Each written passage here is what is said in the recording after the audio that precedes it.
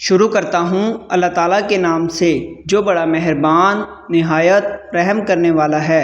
السلام علیکم ورحمۃ اللہ وبرکاتہ۔ دوستو، اگر آپ حدیث سننا پسند کرتے ہیں تو ہمارے چینل کو سبسکرائب کر لیں اور ہماری ویڈیو کو اپنے دوستوں کے ساتھ لازمی شیئر کریں۔ اللہ تعالیٰ ہمیں ان حدیث پر عمل کرنے کی توفیق عطا فرمائے۔